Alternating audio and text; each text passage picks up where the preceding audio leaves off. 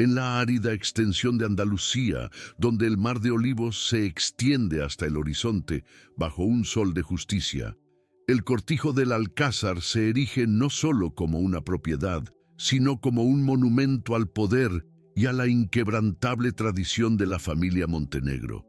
Sus muros encalados, de un blanco que ciega durante las siestas de verano, guardan generaciones de secretos susurrados en los patios frescos, al amparo de las bugambillas. El aire mismo parece vibrar con el peso de la historia, una mezcla del aroma de la tierra seca, el jazmín nocturno y una opulencia tan densa que resulta asfixiante. Cada baldosa de terracota, cada viga de madera oscura en los techos altos, cada portón de hierro forjado habla de un linaje que ha dominado aquellas tierras durante siglos, un dominio que ahora, bajo el liderazgo de Gonzalo Montenegro, se enfrenta a la amenaza más silenciosa y letal de todas, el final de su estirpe. El cortijo es un reino aislado, un mundo aparte donde las reglas del exterior se desvanecen y solo importa la perpetuación del apellido, un objetivo que se ha convertido en una obsesión que envenena cada rincón de la majestuosa finca. Es en este escenario de esplendor y decadencia silenciosa donde se mueve Lucía García, una joven de 24 años cuyos ojos, de un profundo color avellana, guardan la sabiduría y el cansancio de una vida entera de dificultades. Se desliza por los imponentes salones y los largos pasillos como una sombra, su presencia tan discreta que a menudo pasa desapercibida entre los muebles de caoba y los retratos de antepasados severos que la observan desde las paredes. Su uniforme de empleada, siempre impecable, contrasta con la inteligencia afilada y la curiosidad insaciable que esconde detrás de un semblante humilde y una actitud servicial. Lucía no es invisible por naturaleza, sino por elección, habiendo aprendido que en un lugar como el cortijo del Alcázar, la supervivencia depende de ver, oír y callar. Cada día, sus manos, que una vez soñaron con sostener un bisturí para salvar vidas, ahora pulen la plata y cambian las sábanas de hilo, un recordatorio constante del abismo que separa sus sueños de su realidad. Lucía no está en el cortijo por una simple cuestión de empleo. Su presencia allí es el resultado de una cadena de desgracias que desmanteló su mundo y la empujó a esta jaula dorada. No trabaja por un sueldo, sino por una necesidad tan primordial y visceral que le corroe el alma día y noche. Cada tarea que realiza, cada orden que acata, es un pequeño sacrificio en el altar de una causa mayor, una que la consume por dentro mientras mantiene una máscara de serenidad por fuera. Su pasado fue destruido, sus sueños de convertirse en médico quedaron reducidos a cenizas, y el futuro de su familia pende de un hilo tan frágil que amenaza con romperse con cada nuevo amanecer. Ella es una prisionera de sus circunstancias, y el cortijo, con toda su belleza, no es más que los barrotes de su celda, un lugar donde su intelecto y su espíritu se marchitan lentamente, esperando una oportunidad, un milagro o una catástrofe que lo cambie todo. Una noche, mientras una luna casi llena proyecta sombras largas y fantasmales sobre los patios encalados, transformando el paisaje familiar en un laberinto de luces y tinieblas, Lucía es convocada. La llamada no proviene de la gobernanta, sino del propio patrón, Gonzalo Montenegro, una irregularidad que envía una onda de inquietud a través de la servidumbre y un escalofrío, helado por la espalda de Lucía. El camino hacia el despacho del señor Montenegro parece más largo que nunca, cada paso resonando en el silencio sepulcral de la casa dormida. El aire nocturno está pesado, cargado con el aroma de las flores y una tensión palpable como la calma que precede a una tormenta violenta. ¿Qué podría querer el hombre más poderoso que jamás ha conocido de ella una simple empleada a estas horas? La pregunta rebota en su mente, generando escenarios que van desde una reprimenda hasta el despido, pero ninguno la prepara para la realidad que está a punto de enfrentar. El despacho de Gonzalo Montenegro es el corazón del poder del cortijo, un santuario masculino donde se toman decisiones que afectan a cientos de vidas. El aire está impregnado de un olor denso a cuero viejo, tabaco de pipa y el dulce aroma del brandy de Jerez, una combinación que habla de riqueza y autoridad. Gonzalo, un hombre en la cincuentena, forjado por la presión de mantener un legado que se desmorona y carcomido por la obsesión de tener un heredero que su esposa, Victoria, no puede darle, la espera sentado detrás de un imponente escritorio de roble. Su rostro, habitualmente impasible, muestra grietas de una vulnerabilidad que nunca antes había dejado entrever. La encara no con la mirada de un patrón a una empleada, sino con la de un hombre desesperado que ha agotado todas sus opciones y se aferra a la última y más impensable de las soluciones. Sus ojos, fríos y calculadores, la estudian, la miden, despojándola de su identidad para ver en ella únicamente un medio para un fin.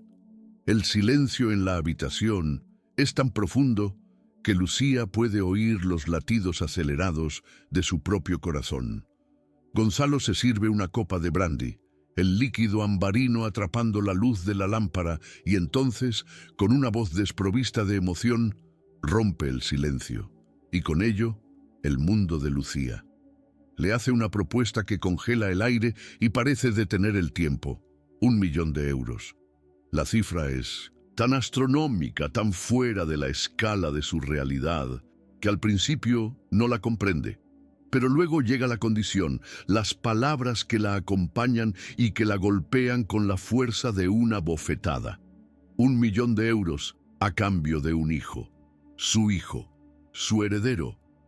La oferta queda suspendida en el aire, una abominación vestida de oportunidad, cargada de poder, de humillación y, para su propia sorpresa, de una extraña y terrible centella de esperanza.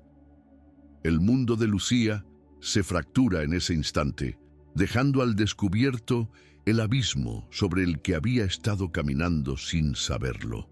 Lo que Gonzalo Montenegro no sabe, lo que nadie en ese cortijo podría siquiera imaginar, es que la mujer que tiene delante no es solo una empleada desesperada.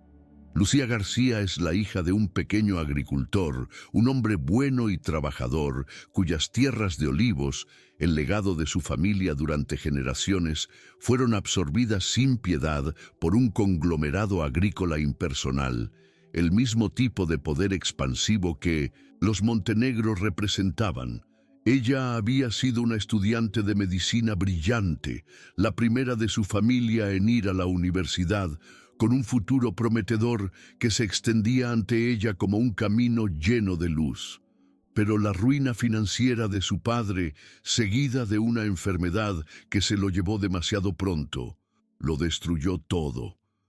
La obligó a abandonar sus estudios, a tragarse su orgullo y a buscar trabajo en el único lugar donde podía asegurar un techo y comida para su madre y su hermano pequeño. El servicio doméstico en la finca de sus vecinos ricos, un giro cruel del destino que la situaba cada día frente a la clase de poder que había destrozado su vida.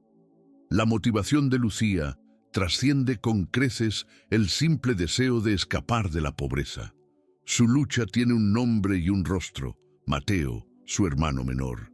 El joven sufre de una enfermedad rara y degenerativa, un mal cruel que ataca su sistema nervioso y lo debilita día a día, robándole poco a poco la movilidad, la fuerza y la esperanza. Existe un tratamiento experimental, una nueva terapia desarrollada en el extranjero que podría no solo detener el avance de la enfermedad, sino incluso revertir parte del daño. Es su única oportunidad, una luz parpadeante en una oscuridad abrumadora. Pero este tratamiento no está cubierto por la seguridad social y su coste es astronómico, una cifra inalcanzable para una familia que apenas sobrevive. Cada día que pasa sin ese tratamiento es un paso más que Mateo da hacia un abismo del que no podrá regresar y el tiempo se está agotando. El 1.000.000 de euros que Gonzalo Montenegro ha puesto sobre la mesa no representa para Lucía un lujo, ni la compra de una casa, ni un futuro de comodidades. Es simple y llanamente la única tabla de salvación en medio de un océano embravecido. Es la vida de su hermano, la cifra que para Gonzalo es una transacción comercial para asegurar su legado, para Lucía es el precio de un milagro. Se ve atrapada en una encrucijada imposible, un dilema que la desgarra por dentro. Por un lado, están sus principios, su fe, la creencia arraigada en la dignidad de su cuerpo y de su ser, la idea de que hay cosas que el dinero no puede ni debe comprar. Por otro, está el amor incondicional por su hermano, la imagen de su sonrisa debilitada, el sonido de su respiración cada vez más dificultosa. ¿Qué vale más, su integridad o la vida de Mateo? La pregunta la consume, quemándola por dentro con una angustia que no puede compartir con nadie.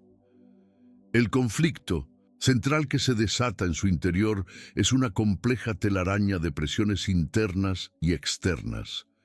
Si acepta la propuesta de Gonzalo, no estaría simplemente alquilando su vientre, estaría vendiendo una parte de su identidad, convirtiéndose en un recipiente, un objeto cuyo único propósito es perpetuar el linaje de un hombre que la ve como un instrumento.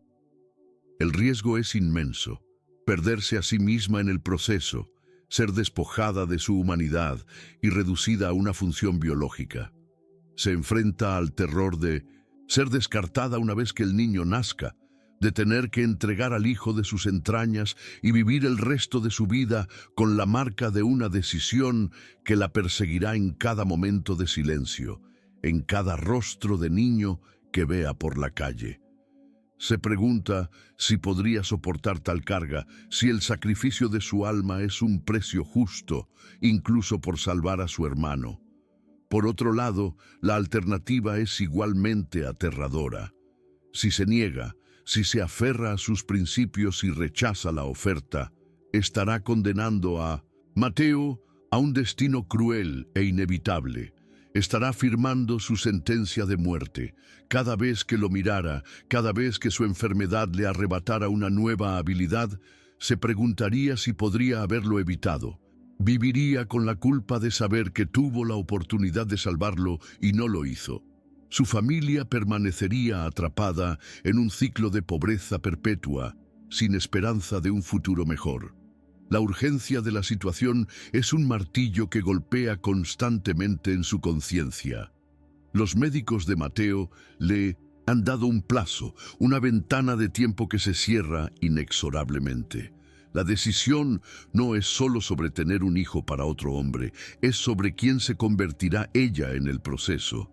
¿Qué partes de sí misma está dispuesta a sacrificar por la supervivencia de aquellos a quienes ama?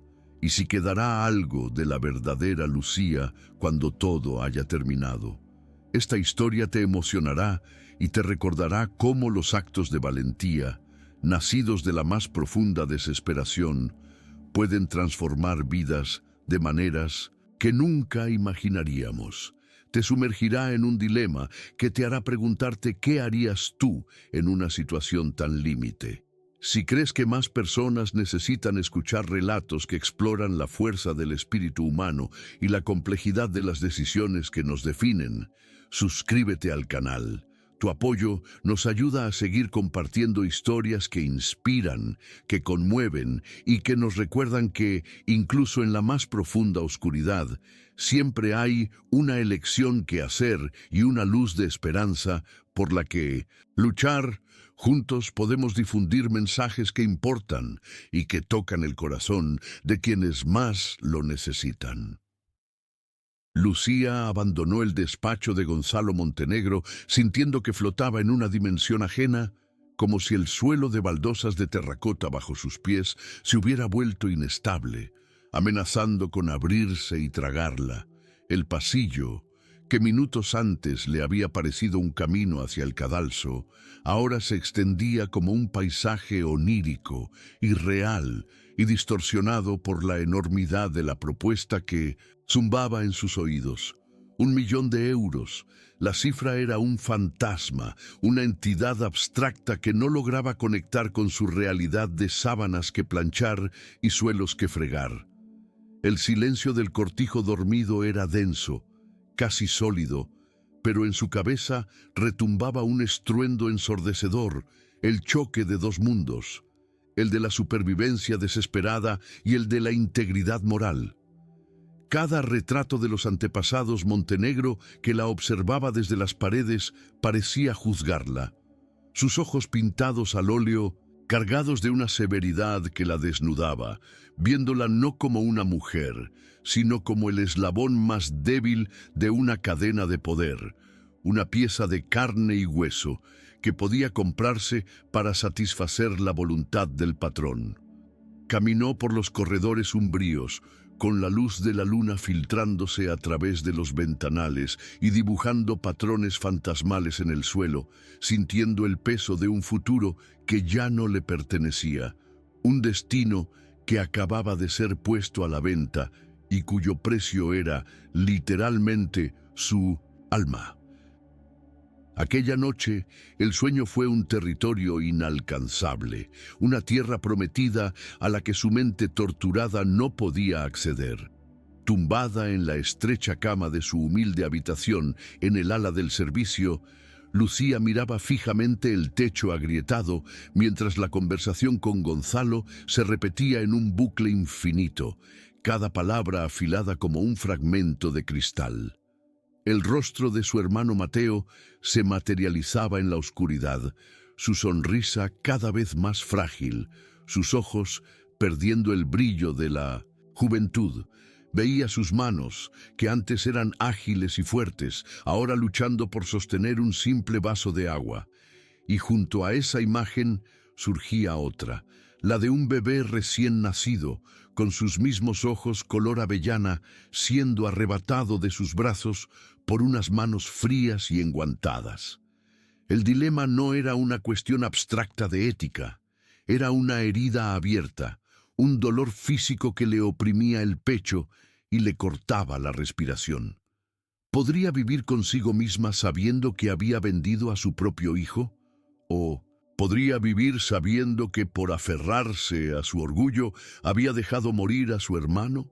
La noche andaluza, normalmente llena de los sonidos tranquilizadores de los grillos y el aroma a jazmín, se convirtió en una cámara de tortura silenciosa donde se enfrentaban el amor más puro y el sacrificio más terrible.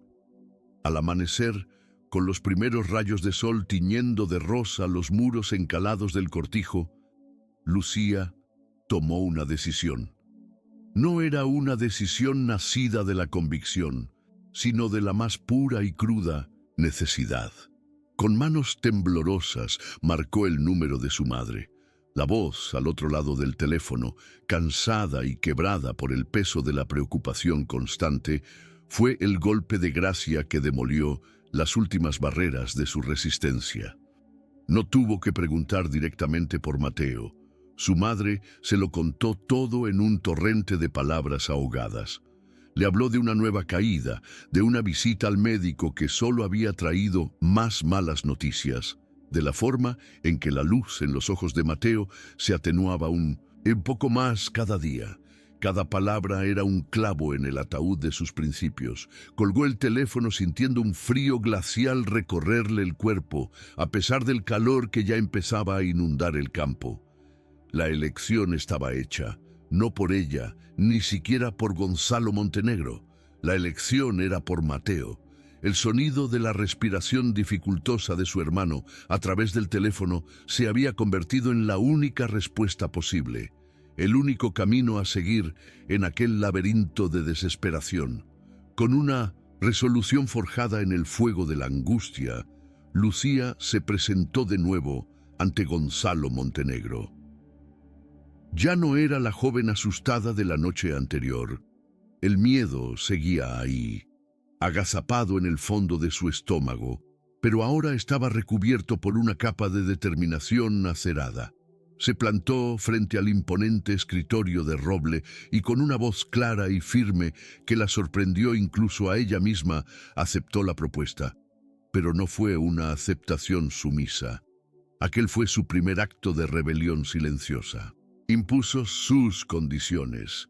Exigió que todo quedara formalizado en un contrato redactado por un abogado independiente, uno elegido por ella. Demandó que el dinero fuera transferido a un fideicomiso para el tratamiento de su hermano antes de que el proceso comenzara. Y la condición más importante, la que pronunció con un nudo en la garganta, exigió garantías por escrito sobre el bienestar del niño, el derecho a recibir informes sobre su salud y educación y la prohibición expresa de que fuera enviado a un internado en el extranjero antes de la mayoría de edad. No estaba negociando un precio, estaba luchando por los últimos vestigios de su dignidad y por el futuro de dos vidas, la de su hermano y la del hijo que aún no había sido concebido. Gonzalo la observó con una mezcla de sorpresa y un incipiente respeto. Había esperado lágrimas, súplicas o una aceptación resignada y silenciosa. No esperaba encontrarse con una estratega. La claridad con la que Lucía exponía sus términos, la lógica implacable detrás de cada una de sus demandas, lo descolocó por completo. Por primera vez la vio como algo más que un simple vientre de alquiler, más que una solución desesperada a su problema de linaje. Vio la inteligencia que ardía en sus ojos, la misma que la había llevado a las puertas de la Facultad de Medicina. Vio la fuerza de una leona dispuesta a todo por proteger a su manada. Comprendió que ella no estaba siendo codiciosa, estaba siendo pragmática, protectora, y en un extraño giro, esa fortaleza le dio más seguridad en su elección. Una mujer así, con ese temple, le daría un heredero fuerte. Asintió lentamente, aceptando cada una de sus condiciones. El pacto estaba sellado, no solo con dinero, sino con un nuevo y tenso equilibrio de poder que ninguno de los dos había anticipado. El primer encuentro con Victoria de la Riva después del acuerdo fue como caminar sobre una fina capa de hielo que crujía bajo sus pies. Victoria, la esposa de Gonzalo, era una mujer de una belleza escultural y gélida, cuya elegancia parecía tallada en mármol. Se movía por el cortijo con la autoridad silenciosa de una reina en su castillo, y sus ojos, de un azul pálido y penetrante, no miraban, sino que evaluaban, diseccionaban y juzgaban. Se acercó a Lucía en uno de los patios interiores mientras ésta regaba los geranios y le sonrió, pero su sonrisa no llegaba a sus ojos. Era una simple contracción de los labios, una máscara de amabilidad que ocultaba un desprecio abismal. Con una voz suave y melosa, le habló de lo valiente que era su decisión, de lo agradecida que estaba la familia. Cada palabra era un dardo envenenado, una forma sutil de recordarle su posición. Era un instrumento, una incubadora contratada y nada más. Lucía sintió un escalofrío recorrer su espalda. Comprendió en ese instante que Gonzalo era la cara visible del poder, pero Victoria era la verdadera amenaza, una sombra paciente y calculadora que manejaría los hilos desde la oscuridad. Victoria no tardó en comenzar su campaña de guerra psicológica, una estrategia de desgaste sutil y perversa. Sus ataques nunca eran directos, sino que se disfrazaban de comentarios casuales, de preocupaciones maternales. Durante las comidas, que ahora Lucía se veía obligada a compartir con la pareja en un silencio incómodo, Victoria hacía alusiones a la importancia de la buena cuna, de la sangre limpia, de cómo los rasgos y el carácter se heredaban. Eran monólogos dirigidos a Gonzalo, pero diseñados para apuñalar a Lucía, para recordarle constantemente su origen humilde, para hacerla sentir sucia e indigna de llevar en su vientre a un montenegro. Empezó a aislarla del resto del personal, prohibiéndoles hablar con ella bajo pretextos absurdos de proteger su salud. Creó a su alrededor una burbuja de soledad y paranoia, donde cada mirada de un criado parecía una acusación, cada susurro un complot. El majestuoso cortijo se convirtió en una prisión de lujo, y Victoria, su carcelera sonriente y implacable. El proceso médico fue el siguiente obstáculo, una prueba de resistencia física y emocional que la despojó de cualquier atisbo de humanidad. Las visitas a una clínica privada y exclusiva en Sevilla se convirtieron en una rutina fría y despersonalizada.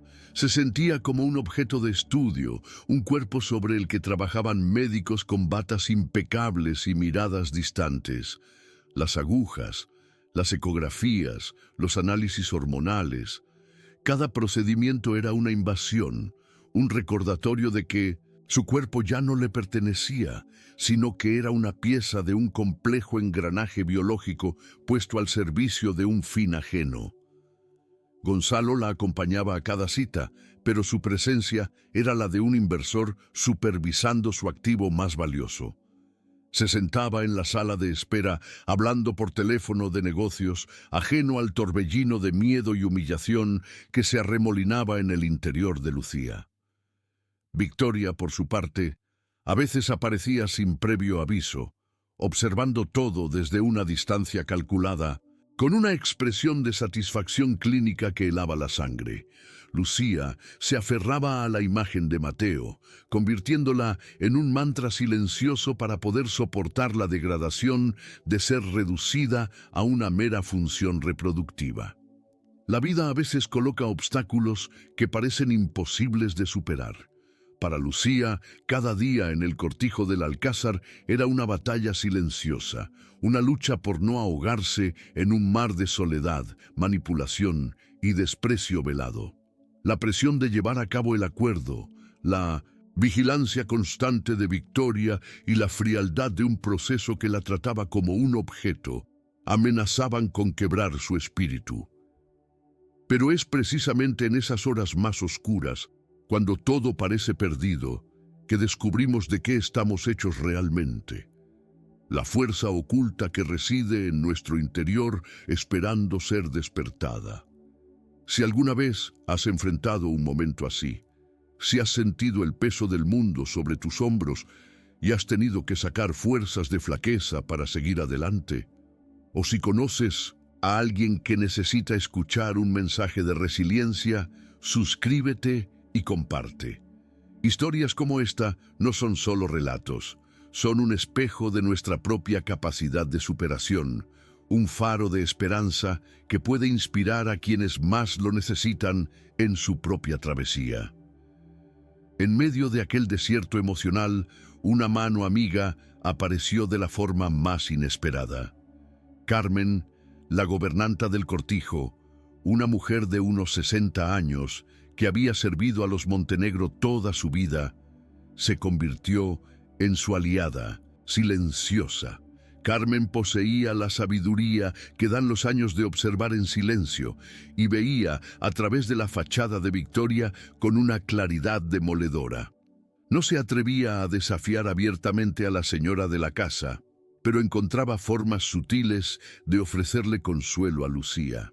Le llevaba una taza de tila por la noche, le dejaba una flor recién cortada sobre la almohada o simplemente se sentaba con ella en la cocina durante unos minutos, compartiendo un silencio cómplice que valía más que 1000 palabras. En sus ojos, Lucía no veía juicio, sino una profunda compasión. Esas pequeñas muestras de humanidad eran como oasis en medio de la aridez de su existencia, recordatorios de que, a pesar de todo, no estaba completamente sola, de que la bondad aún podía florecer en los rincones más sombríos. Victoria, cuya red de vigilancia en el cortijo era absoluta, no tardó en percibir la creciente cercanía entre Lucía y la gobernanta. La simple idea de que su prisionera tuviera una confidente, una aliada, era una amenaza intolerable para su control. Actuó con la precisión de un cirujano y la crueldad de un verdugo. Una mañana, sin previo aviso, anunció que Carmen se tomaría unas largas y merecidas vacaciones para visitar a unos parientes lejanos en Galicia. Todos en la casa sabían que era un exilio encubierto, un castigo por su lealtad a Lucía. La despidieron con miradas bajas y un silencio tenso. Para Lucía, la partida de Carmen fue un golpe devastador. Victoria había cortado de raíz su única fuente de apoyo, dejándola de nuevo a la deriva, completamente aislada. El mensaje era claro y aterrador. Cualquiera que intentara ayudarla pagaría las consecuencias. La soledad de Lucía se volvió más densa, más asfixiante, y la sombra de Victoria se cernió sobre ella más grande y oscura que nunca. Y entonces, contra todo pronóstico, el tratamiento funcionó. La noticia del embarazo cayó sobre el cortijo con el peso de un decreto real. Para Gonzalo fue un momento de triunfo contenido, la satisfacción de un empresario que ve cómo su inversión más arriesgada comienza a dar frutos. En sus ojos había un brillo de alivio, pero no de alegría. Para Victoria, la confirmación fue el pistoletazo de salida para la siguiente fase de su plan. Su mirada sobre Lucía cambió. Ahora la observaba con una intensidad depredadora, como un halcón que vigila a su presa, esperando el momento perfecto para atacar. Y para Lucía, la noticia fue un terremoto que sacudió los cimientos de su ser. La certeza de que una vida crecía en su interior lo cambió todo. Ya no era un contrato, ni una obligación, ni una cifra en una cuenta bancaria. Era un latido, un pequeño y rítmico latido que resonaba dentro de ella, una presencia real y tangible que despertaba en su interior un instinto primario, una fuerza que no sabía que poseía, el instinto de una madre. Ese pequeño latido, detectado por primera vez en la pantalla de un ecógrafo, se convirtió en el ancla de Lucía. La vida que albergaba en su vientre dejó de ser el heredero de los Montenegro para convertirse en su hijo. Un torrente de emociones contradictorias la inundó, un miedo atroz a la separación que se avecinaba, pero también un amor feroz, incondicional y protector que brotaba de lo más profundo de su alma. Esta transformación interna fue silenciosa, pero radical. Su postura cambió. Su mirada adquirió una nueva firmeza. Ya no caminaba con la cabeza gacha de una sirvienta, sino con la dignidad de una mujer que portaba el milagro de la vida. Dejó de verse a sí misma como una víctima de las circunstancias y comenzó a verse como la guardiana de un ser inocente y vulnerable. Su misión ya no era solo sobrevivir a aquel infierno para salvar a su hermano. Ahora tenía una nueva razón para luchar, una razón que crecía día a día dentro de ella y que le daba una fuerza que ni Victoria ni Gonzalo podían comprender. El primer enfrentamiento directo no tardó en llegar. Victoria, asumiendo su papel de futura madre por delegación, intentó imponer un control absoluto sobre cada aspecto de la vida de Lucía. Le presentó un estricto régimen de comidas orgánicas, un horario de siestas obligatorias y una lista de actividades prohibidas. Se refería constantemente al bebé como mi hijo, discutiendo planes para la decoración de la habitación infantil y la elección de los padrinos como si Lucía no estuviera presente. Una tarde, mientras intentaba obligarla a beber un batido de verduras de aspecto nauseabundo, la paciencia de Lucía se agotó. Con una calma que sorprendió a ambas, apartó el vaso y miró a Victoria directamente a los ojos. «Agradezco su preocupación, señora», dijo con voz suave pero inquebrantable. «Pero es mi cuerpo el que nutre a este niño. y mientras esté aquí dentro es mi hijo. Yo decidiré lo que es mejor para ambos. El silencio que siguió fue eléctrico. Por primera vez, la presa le había enseñado los dientes al depredador.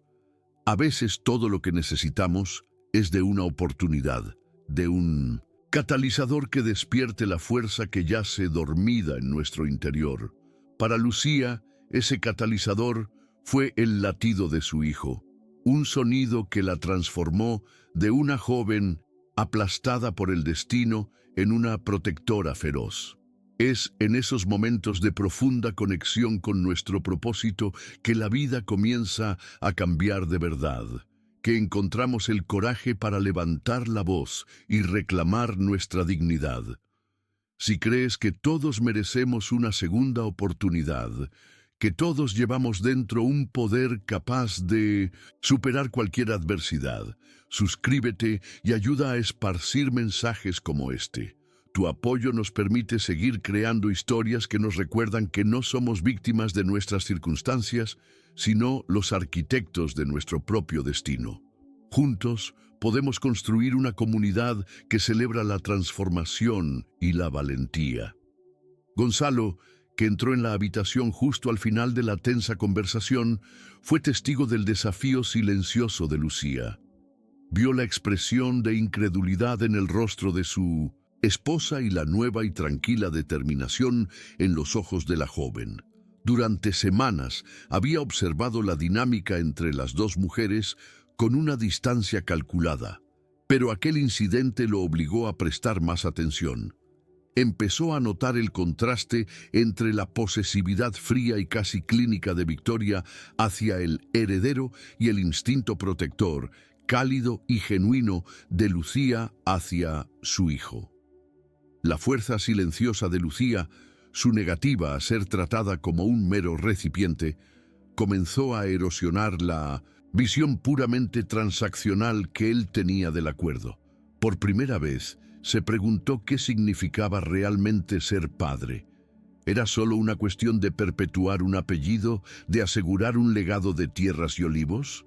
¿O había algo más, algo que estaba viendo en los ojos de Lucía y que él nunca había considerado?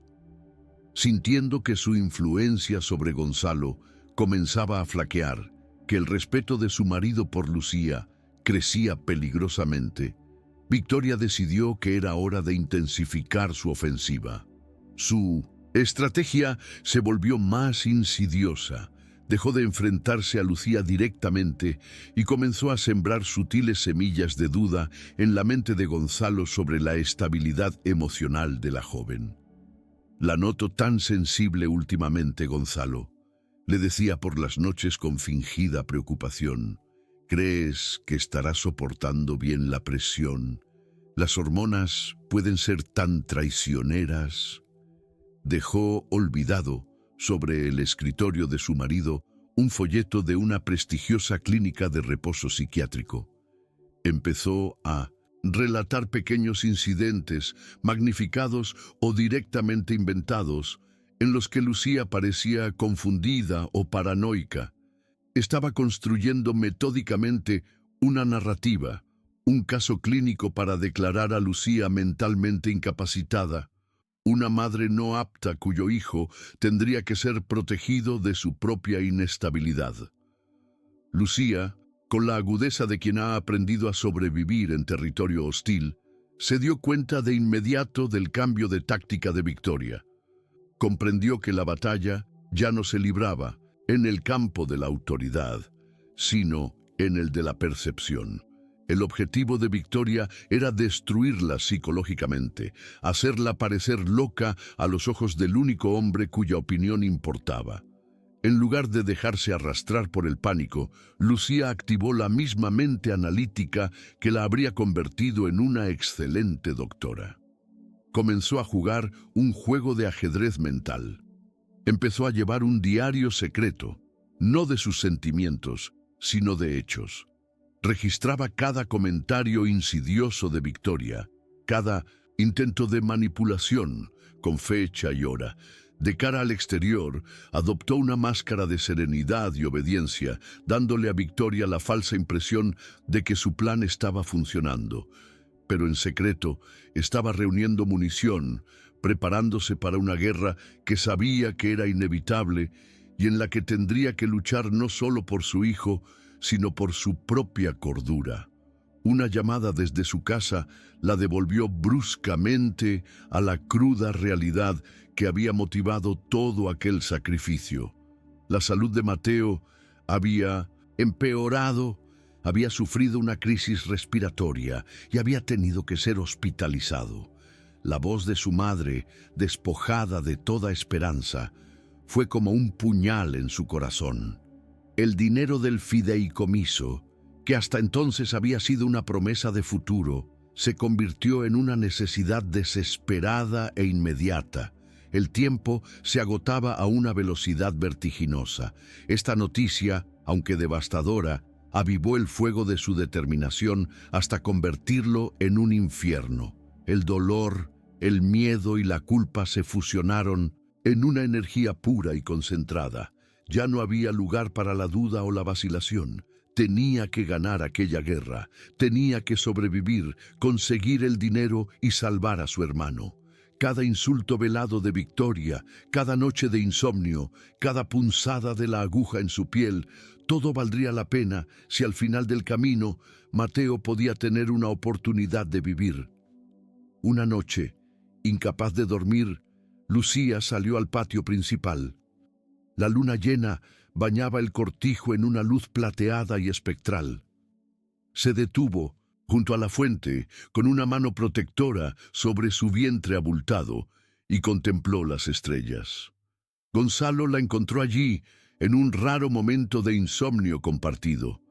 Por una vez, no había tensión entre ellos, solo el silencio compartido de la noche. Él se acercó y, en lugar de hablar del contrato o del heredero, le preguntó por las estrellas. Lucía, que de niña soñaba con ser astrónoma antes de decidirse por la medicina, le habló de las constelaciones, de la mitología griega, de la inmensidad, del universo.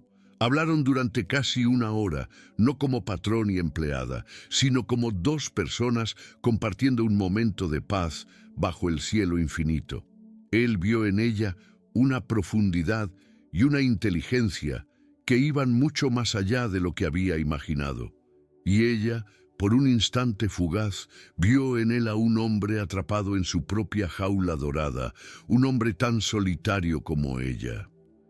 Al día siguiente, mientras limpiaba una de las estancias menos utilizadas del cortijo, Victoria encontró algo que la hizo sonreír.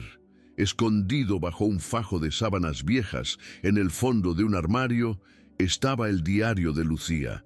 No era el diario de hechos que guardaba con celo, sino uno más antiguo, uno personal que había traído de su casa, lleno de sus miedos, sus esperanzas y, lo más importante, la descripción detallada de la enfermedad de su hermano y la desesperada necesidad del dinero para su tratamiento. Victoria lo leyó de principio a fin, y una sonrisa lenta y malévola se dibujó en sus labios. Había encontrado la pieza que le faltaba. No solo tenía la prueba de la inestabilidad de Lucía, sino que ahora conocía su mayor vulnerabilidad, la palanca con la que podría controlarla por completo. Sostuvo el pequeño cuaderno en sus manos como si fuera un arma. La partida de ajedrez estaba a punto de terminar, y ella se preparaba para dar el jaque mate definitivo. La noche se desgarró con la furia de una bestia herida. Una tormenta, de esas que nacen en el Atlántico y mueren con estrépito sobre las tierras secas de Andalucía, se abatió sobre el cortijo del Alcázar. El viento aullaba por los patios como un alma en pena y la lluvia golpeaba los ventanales con la insistencia de un ejército sitiador.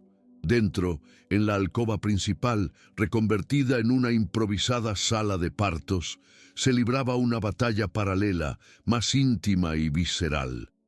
Los gritos ahogados de Lucía se mezclaban con el retumbar de los truenos. cada contracción un relámpago de dolor que la recorría de pies a cabeza. A un lado, Victoria observaba la escena no con la ansiedad de una futura madre, sino con la paciencia gélida de un depredador que espera el momento exacto de debilidad de su presa. Para ella, la tormenta no era un presagio, sino una aliada, el telón de fondo perfecto para el acto final de su obra. Gonzalo, incapaz de permanecer quieto, caminaba por el pasillo contiguo. El sonido de sus pasos, un metrónomo irregular que marcaba el compás de su propia agonía interna, atrapado entre la culminación de su obsesión y un terror indefinido que no se atrevía a nombrar. La atmósfera en la habitación era irrespirable. Una mezcla de antiséptico, sudor y una tensión tan densa que parecía tener forma física. Victoria se movió con la frialdad de un estratega militar, ejecutando una maniobra largamente planeada. Se acercó a la enfermera privada que había contratado, una mujer de rostro impasible y ojos que no revelaban nada, y le susurró unas pocas instrucciones. Sus palabras eran precisas, clínicas, desprovistas de cualquier emoción. Luego, se dirigió a una pequeña mesa auxiliar donde reposaba un maletín médico y, con manos firmes, preparó una jeringuilla, llenándola con un líquido transparente. Se la mostró a Lucía, que se retorcía de dolor sobre las sábanas de hilo, y le ofreció una sonrisa que era una mueca helada. «Es solo un calmante, querida», dijo con una voz melosa que contrastaba grotescamente con la tormenta que rugía fuera. «Para ayudarte a relajarte, estás demasiado alterada». Pero en sus ojos no había compasión, solo el brillo metálico de la victoria.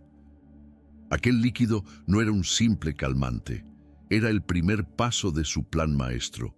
Una potente dosis de sedación diseñada para sumir a Lucía en un estado de confusión y letargo del que no podría defenderse. El preludio para declararla incapacitada y borrarla del mapa para siempre, convirtiéndola en un fantasma, una nota a pie de página en la historia del heredero de los Montenegro.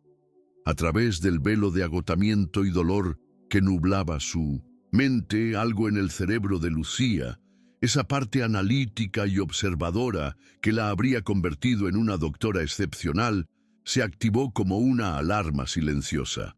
Fue un detalle minúsculo, casi imperceptible, la forma en que la enfermera evitó su mirada, la manera en que Victoria sostenía la jeringuilla no como un remedio, sino como un arma. Vio el reflejo de la luz de la lámpara en la aguja y un escalofrío que no tenía nada que ver con el parto le recorrió la espina dorsal. En ese instante, la niebla se disipó y lo vio todo con una claridad aterradora. Las piezas del rompecabezas se encajaron en su sitio, la campaña de manipulación de Victoria, sus insinuaciones sobre su inestabilidad, el aislamiento al que la había sometido. Todo conducía a ese preciso momento. No iban a ayudarla, iban a anularla. El instinto primario de una madre, una fuerza más poderosa que cualquier dolor físico, surgió de las profundidades de su ser como una leona que despierta. Ya no luchaba por sí misma. Luchaba por la vida indefensa que estaba a punto de traer al mundo. Reuniendo una fuerza que no sabía que poseía, Lucía apartó la mano de Victoria justo cuando la aguja se acercaba a su brazo. «No», susurró, su voz ronca por el esfuerzo, pero cargada de una determinación inquebrantable. Victoria la miró, sorprendida por un instante por aquella inesperada resistencia. «¿Qué has dicho?», preguntó, su tono perdiendo el falso dulzor y adquiriendo un filo cortante. «He dicho que no», repitió Lucía, esta vez más alto, mirando a Victoria directamente a los ojos. «No voy a dejar que me ponga eso. ¿Qué es?». El desafío quedó suspendido en el aire, vibrando con una energía casi palpable. La enfermera dio un paso atrás, incómoda. Como si quisiera distanciarse de lo que estaba a punto de ocurrir, Victoria intentó recuperar el control adoptando un aire de autoridad condescendiente. No seas ridícula, Lucía. Estás histérica. Es por tu bien y por el del bebé. Pero Lucía no cedió. Con una mano protectora sobre su vientre, negó con la cabeza. La batalla había comenzado. Ya no era un juego de sutilezas y susurros en los pasillos, era una confrontación abierta, una lucha a vida o muerte por el futuro de su hijo.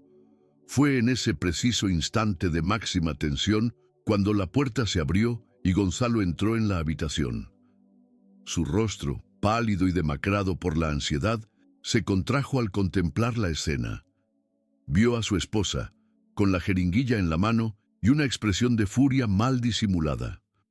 Vio a Lucía, exhausta y empapada en sudor, pero con una mirada desafiante y protectora que nunca antes le había visto. Vio a la enfermera petrificada en un rincón. La pregunta se formó en sus labios antes de que fuera consciente de ella. ¿Qué está pasando aquí? Su voz, normalmente un instrumento de mando, sonó hueca y confusa. La tormenta exterior pareció detenerse por un segundo, como si la propia naturaleza contuviera la respiración, esperando a ver cómo se resolvería el drama que se desarrollaba entre aquellos muros. El aire se cargó de acusaciones no dichas y de verdades a punto de estallar. Gonzalo se sintió como un extraño en su propia casa, un espectador de una obra cuyo guión desconocía y en la que, de repente, se le exigía interpretar el papel principal, el de juez y verdugo. Victoria, viendo su oportunidad, se giró hacia su marido, transformando su furia en una máscara de profunda preocupación y angustia. Desplegó todo su arsenal de manipulación, el mismo que había utilizado para doblegar a Gonzalo durante años. «Gonzalo, gracias a Dios que estás aquí», exclamó, su voz teñida de un pánico perfectamente fingido. «No sé qué le pasa. Está fuera de sí. Dice que queremos hacerle daño. Mira». Con un movimiento rápido, sacó de un bolsillo de su vestido el viejo diario personal de Lucía, el que había encontrado semanas atrás, y se lo tendió como si fuera la prueba irrefutable de un crimen. «Léelo. Está obsesionada. Solo le importa el dinero para su hermano. No está en su sano juicio. Tengo miedo de lo que pueda hacerle a nuestro hijo cuando nazca. Solo intentaba calmarla». Cada palabra era una pincelada maestra en el retrato de una Lucía desequilibrada y peligrosa, una mentira cuidadosamente construida sobre un andamio de verdades a medias, diseñada para apelar a los miedos más profundos de Gonzalo: el miedo a ser utilizado, el miedo a un escándalo, el miedo a que su heredero estuviera en peligro. Lucía escuchó el torrente de acusaciones y sintió una extraña calma descender sobre ella. La verdad era su única arma y decidió usarla sin adornos. Ignorando a Victoria, fijó su mirada en Gonzalo, una mirada que no suplicaba, sino que exigía ser escuchada. «Es verdad», dijo, su voz resonando con una sinceridad que cortaba el aire. «Hice este trato por mi hermano. Necesito ese dinero para salvarle la vida. Y sí, he tenido miedo y he estado sola. Pero su esposa no ha intentado ayudarme. Ha intentado destruirme desde el primer día». Su voz se quebró por un instante, pero se recuperó, impulsada por una fuerza que venía de lo más profundo. «Me ha aislado, me ha humillado, ha intentado volverme loca y ahora no quiere calmarme, quiere silenciarme, porque sabe que este niño», dijo, posando de nuevo la mano sobre su vientre, «aunque lleve su apellido, es mi hijo, y tiene miedo de que yo lo quiera, de que lo proteja, tiene miedo de un amor que ella no puede sentir y que el dinero no puede comprar». No había histeria en sus palabras, solo la fuerza devastadora de una verdad largamente reprimida. Gonzalo se quedó paralizado en el centro de la habitación, atrapado en el fuego cruzado de las dos mujeres. Sostenía el diario de Lucía en una mano y la mirada de su esposa en la otra. Por un lado estaba Victoria, la mujer que representaba todo su mundo. El estatus, la tradición, el linaje, la fachada de una vida perfecta construida sobre cimientos de conveniencia y poder. Sus palabras eran veneno, pero un veneno familiar, uno que había bebido durante años. Por otro lado, estaba Lucía, una empleada, una extraña, pero en cuyos ojos veía una verdad cruda y desnuda que lo sacudía hasta los cimientos. Sus palabras no eran una acusación, sino un espejo que le devolvía el reflejo de un hombre que se había perdido a sí mismo en su obsesión. El diario en su mano ya no parecía la prueba de una locura, sino el testamento de un amor fraternal tan profundo que era capaz del mayor de los sacrificios. En ese instante, con el sonido de la lluvia y el latido de su propio corazón en los oídos, Gonzalo Montenegro se enfrentó a la elección más importante de su vida. No era una elección entre dos mujeres, sino entre dos futuros, entre dos versiones de sí mismo, el hombre que era y el hombre que aún podía llegar a ser. Con un movimiento lento, casi ceremonial, cerró el diario. No necesitaba leerlo. La verdad no estaba escrita en esas páginas, sino en los ojos de la mujer que yacía en la cama, luchando por traer una nueva vida al mundo. Caminó hacia su esposa. Victoria lo miró con una expresión expectante, segura de su victoria. Pero Gonzalo no se detuvo a su lado. Continuó hasta que estuvo frente a ella y con una suavidad que era más definitiva que cualquier grito, le quitó la jeringuilla de la mano. «Se acabó, Victoria», dijo, su voz apenas un susurro, pero con el peso de una sentencia irrevocable. El rostro de Victoria se descompuso, pasando de la confianza a la incredulidad y finalmente a una rabia pura y helada. Gonzalo no le dio tiempo a responder. Se giró hacia la enfermera, que seguía inmóvil en su rincón. «Fuera», ordenó, con un tono bajo pero cargado de una autoridad que no admitía réplica. «Salga de mi casa ahora mismo». La mujer, pálida como la cera, recogió sus cosas y huyó de la habitación como si escapara de un incendio, dejando tras de sí un silencio denso y abrumador. La máscara de Victoria se hizo añicos, revelando la fealdad que se escondía debajo. Su rostro se contrajo en una mueca de odio. «Eres un necio», siseó, su voz vibrando de veneno. «¿Vas a creer a esta campesina antes que a tu propia esposa? Te arrepentirás de esto, Gonzalo. Haré que te arrepientas cada día de tu vida». Sus amenazas, que en otro tiempo habrían helado la sangre de Gonzalo, ahora sonaban vacías y patéticas. Había perdido su poder sobre él en el instante en que él había elegido la verdad sobre la mentira. Gonzalo la miró, y por primera vez no vio a la elegante y sofisticada Victoria de la Riva, sino a una mujer vacía, consumida por su propia amargura. «Vete de esta habitación, Victoria», dijo él, con un cansancio infinito en su voz. «Vete». No fue una orden, sino una constatación. El juego había terminado. Derrotada, humillada y expuesta, Victoria le lanzó una última mirada cargada de desprecio y salió de la habitación, cerrando la puerta tras de sí y sellando con ese portazo el final de una era en el cortijo del Alcázar. La tormenta amainaba en el exterior, sus rugidos convirtiéndose en un murmullo lejano. Dentro de la habitación, el silencio que quedó tras la partida de Victoria no era tenso, sino extrañamente pacífico. El único sonido era la respiración agitada de Lucía y la lluvia suave que ahora acariciaba los cristales. Gonzalo se quedó de pie durante un largo momento, con la jeringuilla aún en la mano, como un soldado que sostiene el arma de una batalla ya ganada. Luego la dejó sobre la mesa y se acercó a la cama. Se movía con torpeza, como si no supiera qué hacer o qué decir. Fue entonces cuando el llanto agudo y vigoroso de un recién nacido rompió el silencio. Un sonido de vida pura y sin adulterar que lo llenó todo. El médico, que había permanecido discretamente al margen durante la confrontación, actuó con rapidez y profesionalidad, y en pocos instantes un pequeño bulto envuelto en mantas fue colocado en los brazos de Lucía.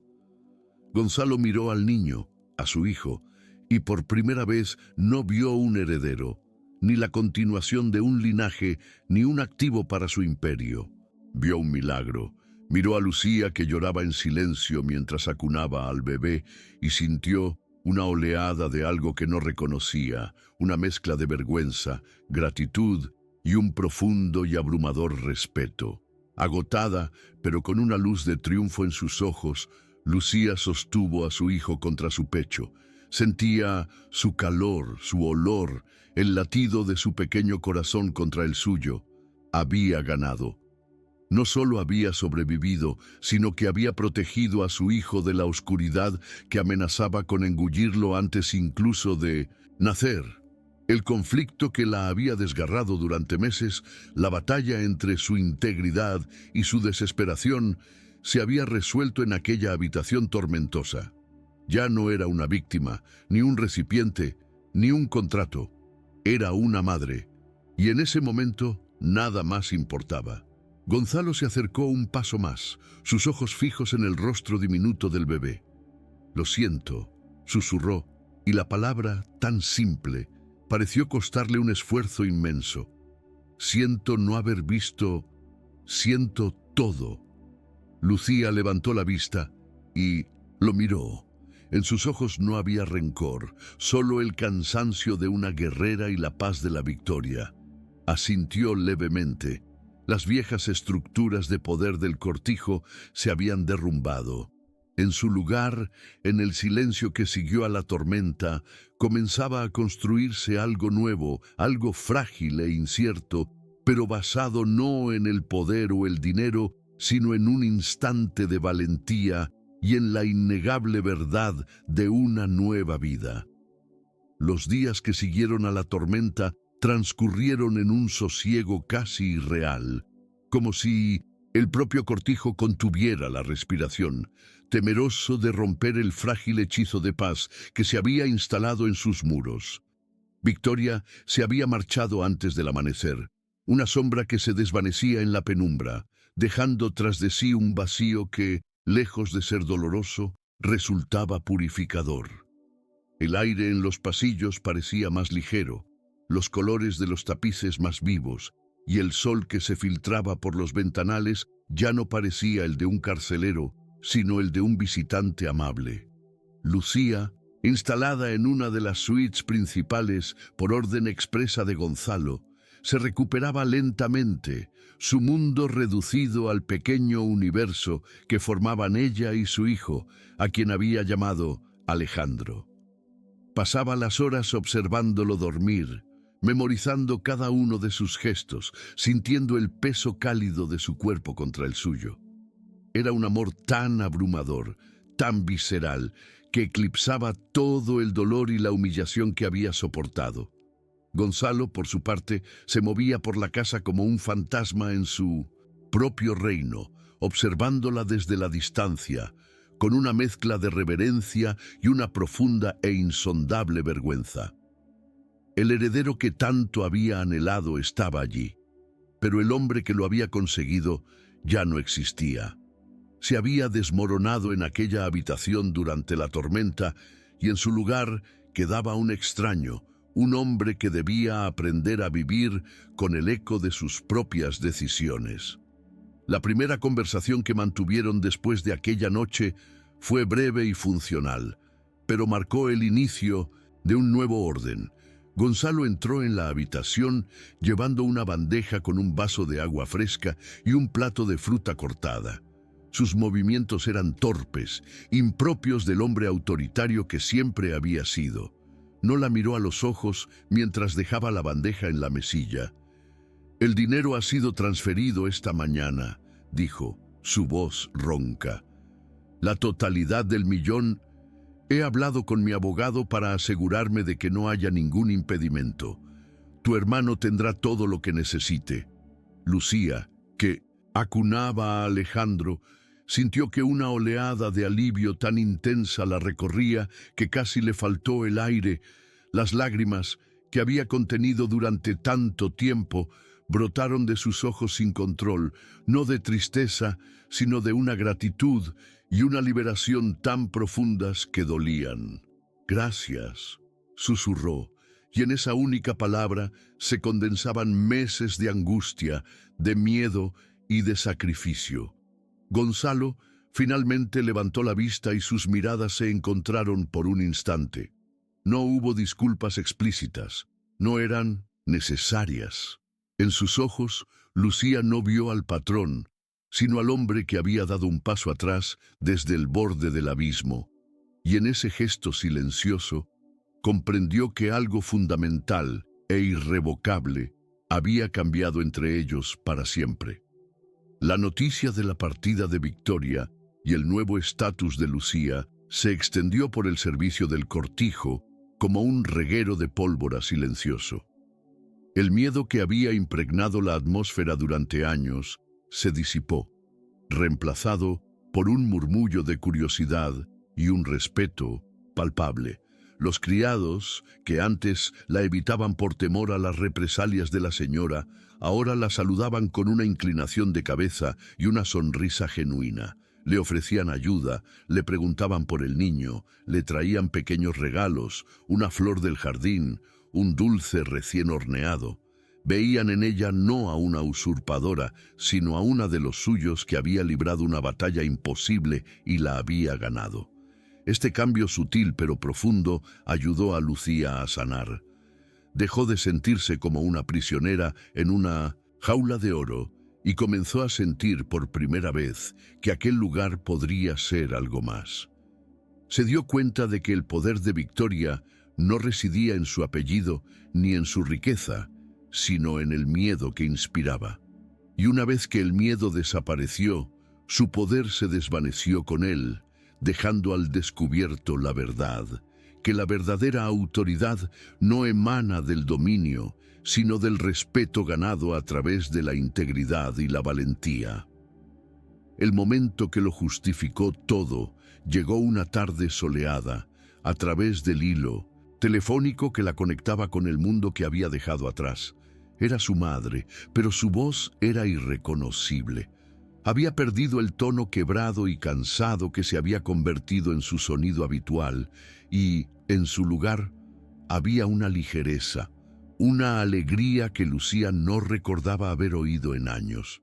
Le contó que los médicos habían recibido los fondos, que Mateo había sido aceptado en el programa experimental en Suiza y que el viaje estaba programado para la semana siguiente. Los doctores dicen que hay esperanza, Lucía, sollozó su madre, pero eran lágrimas de pura felicidad. Por primera vez en mucho tiempo tenemos esperanza.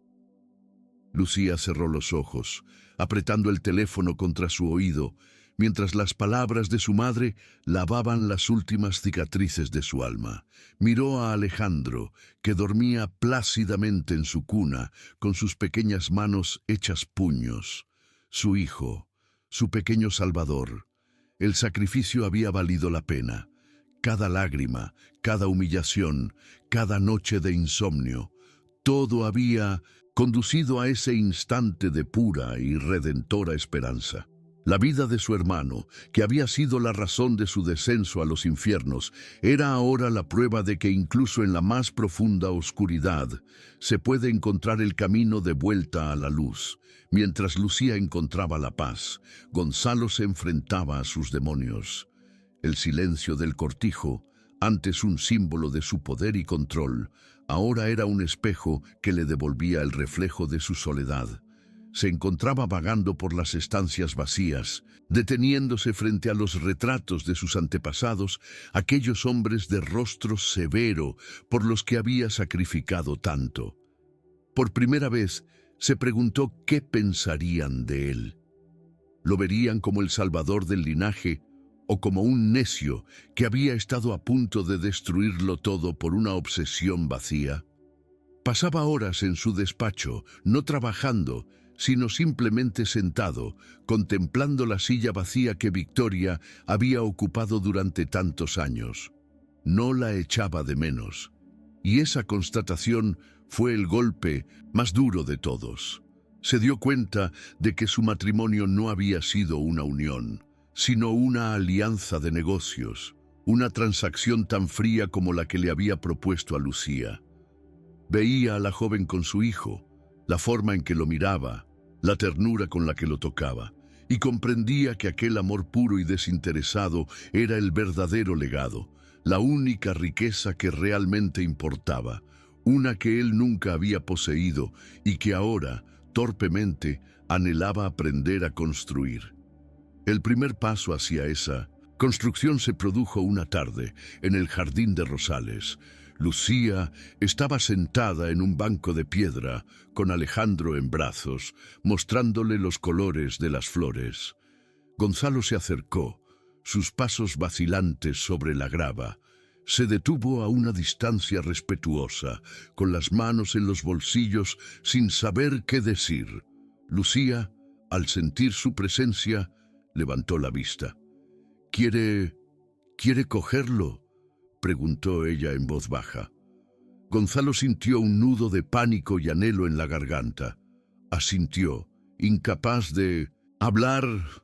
Lucía se levantó y, con una delicadeza infinita, le enseñó cómo sostener la cabeza del bebé, cómo apoyar su frágil cuerpo.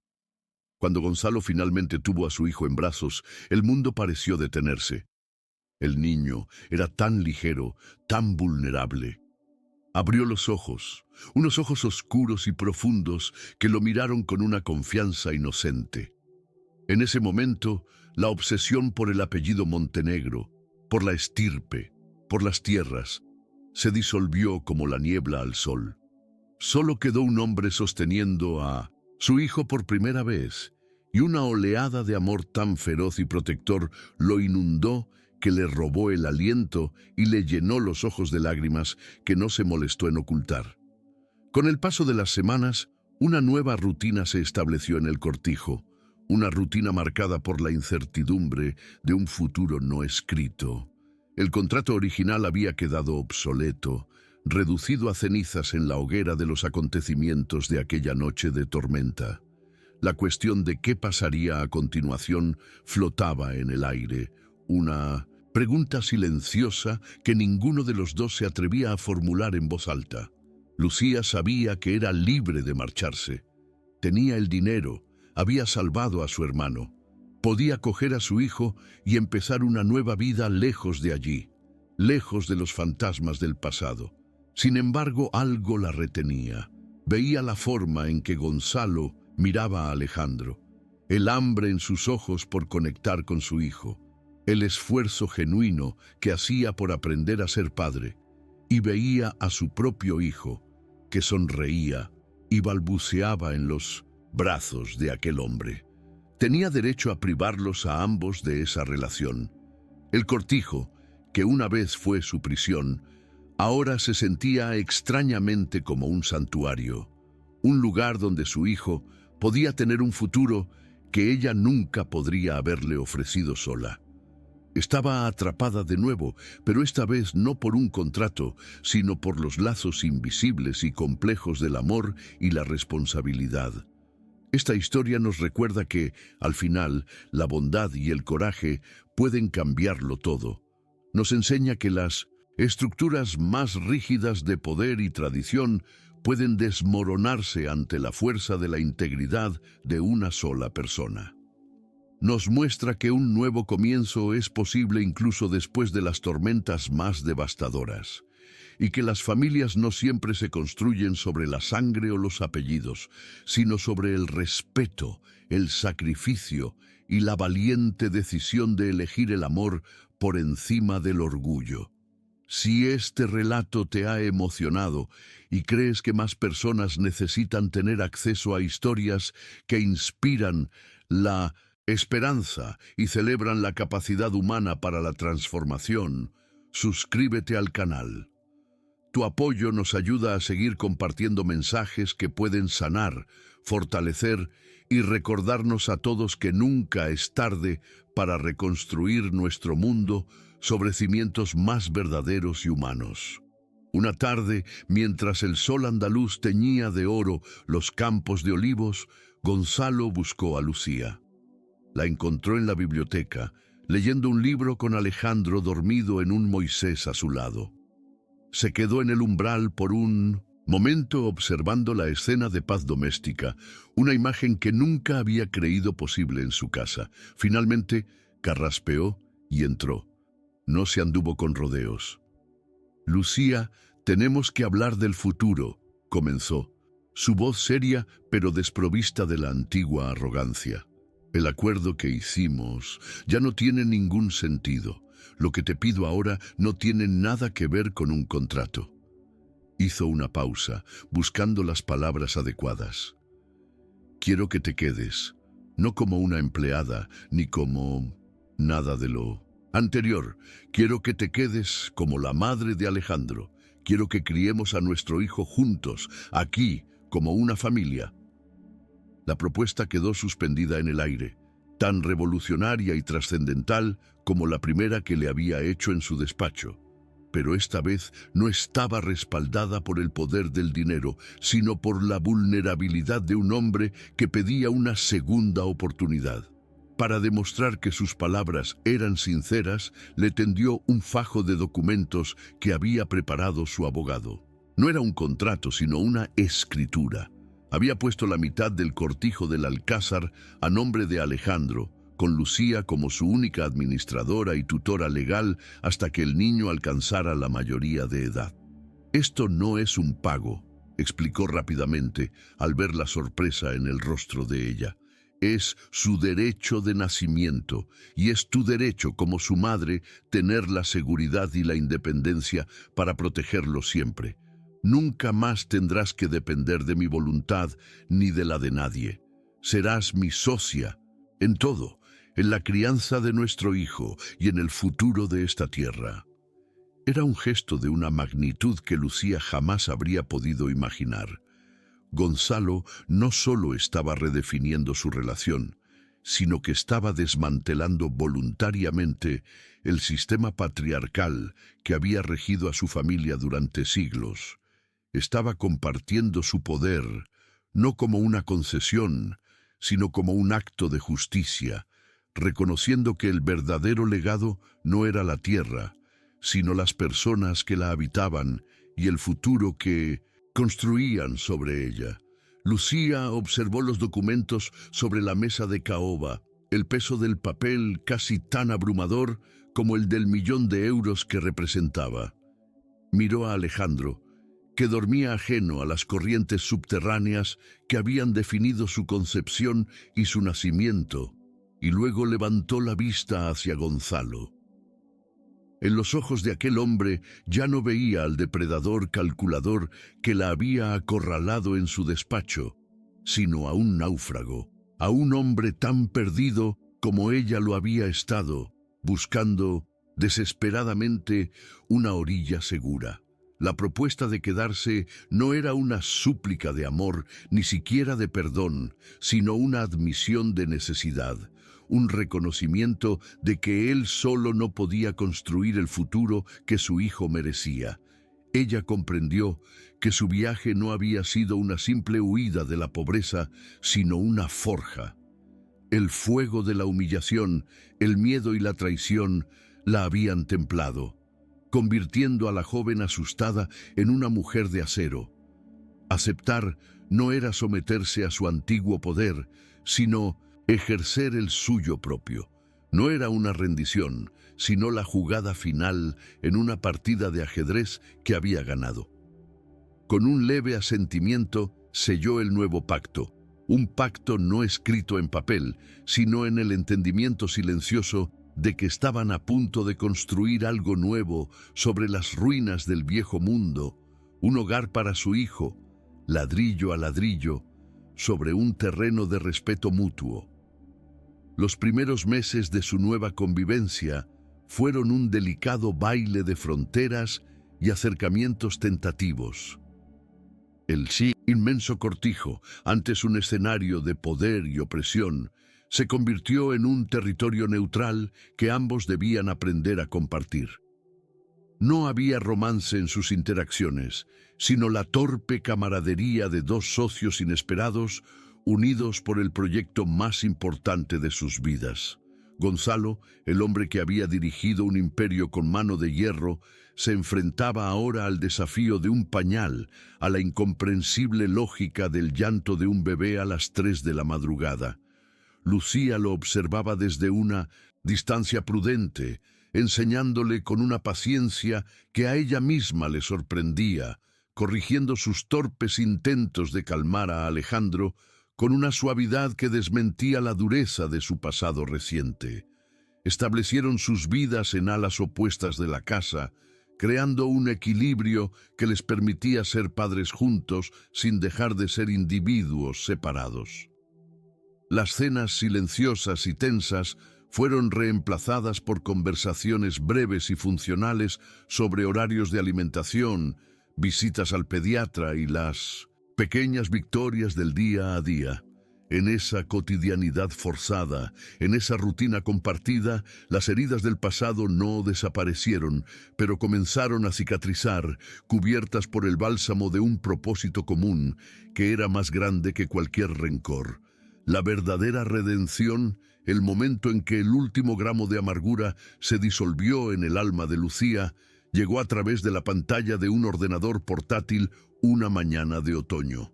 Era una videollamada desde la clínica en Suiza. En la pantalla apareció el rostro de su madre, surcado por arrugas de preocupación que ahora parecían haberse suavizado, reemplazadas por una luz de alegría pura. Y a su lado, Mateo.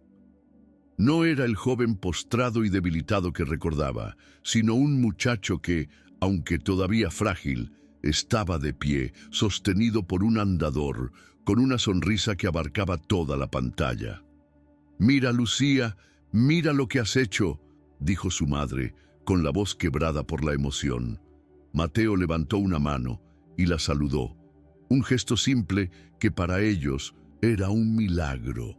En ese instante, el 1.000.000 de euros dejó de ser el precio de su cuerpo y de su dignidad para convertirse en el sonido de la risa de su madre, en el movimiento de la mano de su hermano. Fue la justificación final de cada lágrima derramada.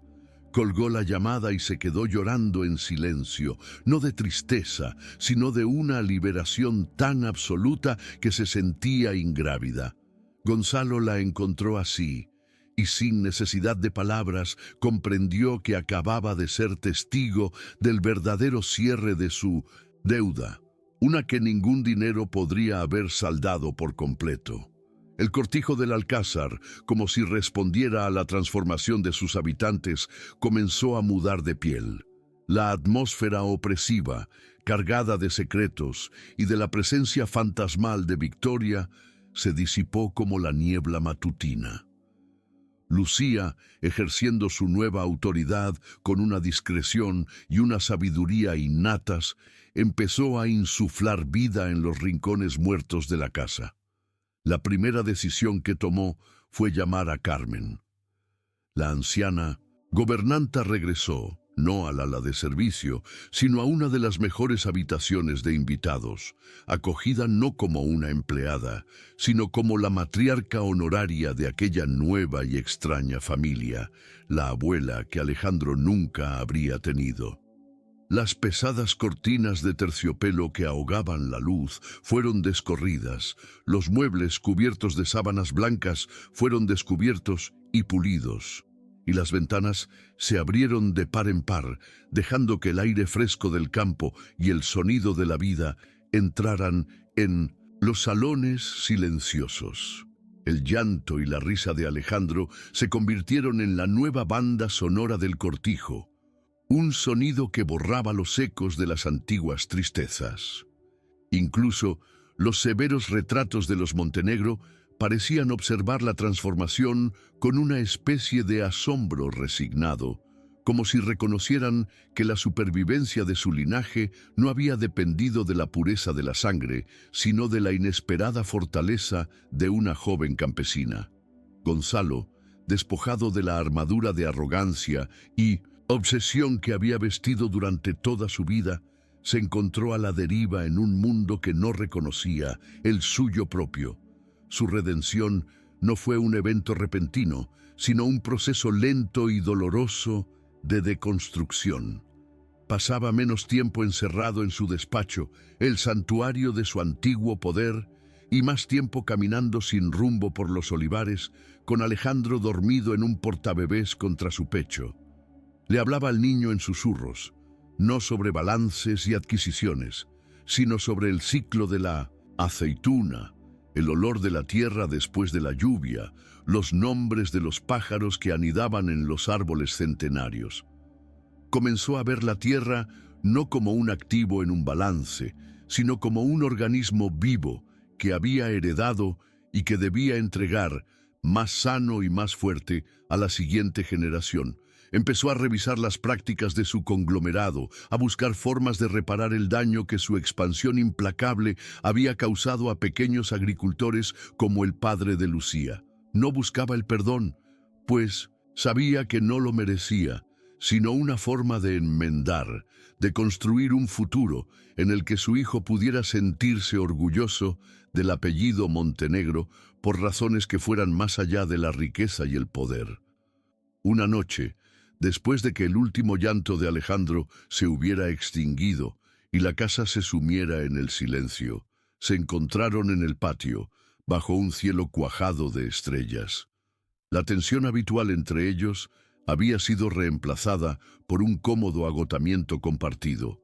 Fue Gonzalo quien rompió el silencio. «Nunca quise ser esto», dijo, su voz apenas un murmullo dirigido a la oscuridad. «Mi padre, él era el cortijo, y yo solo era su sombra. Todo lo que he hecho, cada decisión, ha sido para intentar llenar ese vacío, para demostrar que era digno de su nombre». Lucía lo escuchó sin interrumpir, reconociendo en su confesión el eco de sus propias presiones, de sus propios sueños rotos. «Yo quería curar a la gente», respondió ella, su voz teñida de una vieja melancolía. «Creía que si podía arreglar los cuerpos de otros, quizá podría arreglar lo que estaba roto en mi propia familia». En esa confesión mutua de sus fracasos y sus anhelos perdidos, en la honestidad cruda de dos almas que se desnudaban bajo el manto de la noche, encontraron un terreno común. No era amor ni pasión, sino algo quizá más raro y más duradero, un profundo y resonante entendimiento de la fragilidad del otro. Pasaron 5 años. El cortijo del Alcázar ya no era un monumento a un pasado moribundo, sino un hervidero de vida y de futuro. Alejandro, un niño de energía inagotable y ojos curiosos, corría por los mismos patios que una vez habían presenciado el desfile silencioso de generaciones de criados, su risa el símbolo más claro de la nueva era. Lucía nunca volvió a la facultad de medicina. Se dio cuenta de que su vocación de sanar no se había perdido, solo se había transformado. Con la mitad de la fortuna de los Montenegro a su disposición, creó la Fundación Mateo García, una organización dedicada a financiar tratamientos experimentales y a dar apoyo a familias que, como la suya, se enfrentaban a la desesperación de una enfermedad rara sin los recursos para combatirla.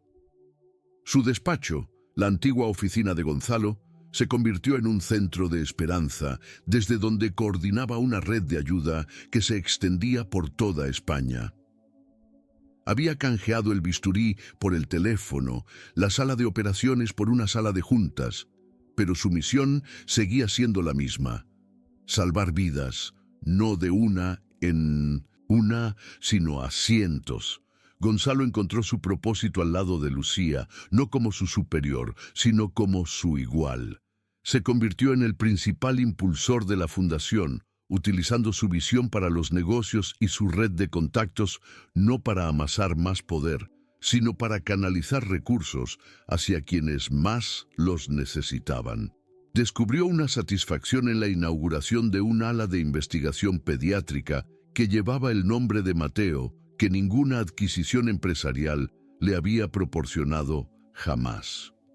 El apellido Montenegro, antes un sinónimo de poder feudal y despiadado, comenzó a asociarse con la filantropía y el progreso. Enseñó a Alejandro a montar a caballo, a podar un olivo, pero sobre todo, le enseñó el valor de la empatía, la importancia de usar sus privilegios no como un arma, sino como una herramienta para levantar a los demás. A menudo observaba a Lucía enfrascada en su trabajo, la misma determinación en sus ojos que había visto la noche de la tormenta, y comprendía que el verdadero legado que dejaría a su hijo no eran las tierras ni el dinero, sino el ejemplo de aquella mujer que le había enseñado que la verdadera nobleza no reside en la sangre, sino en la fortaleza del espíritu. La historia de Lucía es un poderoso recordatorio de que la fuerza más grande no se manifiesta en la capacidad de dominar a otros, sino en la inquebrantable voluntad de no permitir que las circunstancias nos dominen a nosotros. Su viaje a través de la oscuridad no fue una lucha por la supervivencia, sino una afirmación de su propia humanidad. Se enfrentó a una propuesta que pretendía reducirla a un simple objeto, a una función biológica, y la transformó en un acto de amor y sacrificio que, a su vez, se convirtió en el catalizador de un cambio profundo. No venció a sus opresores luchando con sus mismas armas de manipulación y crueldad, sino manteniéndose fiel a sus principios de integridad y compasión. Su victoria final no fue económica ni social, sino moral. Demostró que la dignidad no es una mercancía que se pueda comprar o vender, sino una fortaleza interior que, una vez reconocida, tiene el poder de derribar los muros de las prisiones más inexpugnables, tanto las externas como las que llevamos dentro. Este relato nos enseña también que los conceptos de familia y legado son mucho más fluidos y profundos de lo que las tradiciones a menudo dictan. La familia que floreció en el cortijo del Alcázar, nacida de un contrato, forjada en el conflicto y cimentada en el respeto mutuo, resultó ser más auténtica y resiliente que la unión formal que la precedió. Nos muestra que los lazos verdaderos no siempre están escritos en los registros civiles o en los árboles genealógicos, sino que se tejen día a día con los hilos de la vulnerabilidad compartida, el apoyo incondicional y la valiente decisión de construir un futuro juntos a pesar de las heridas del pasado. El legado más perdurable no es el que se hereda, sino el que se elige construir activamente. No se mide en propiedades o cuentas bancarias, sino en las vidas que se mejoran, en la esperanza que se siembra y en el ejemplo que se deja para aquellos que vienen detrás.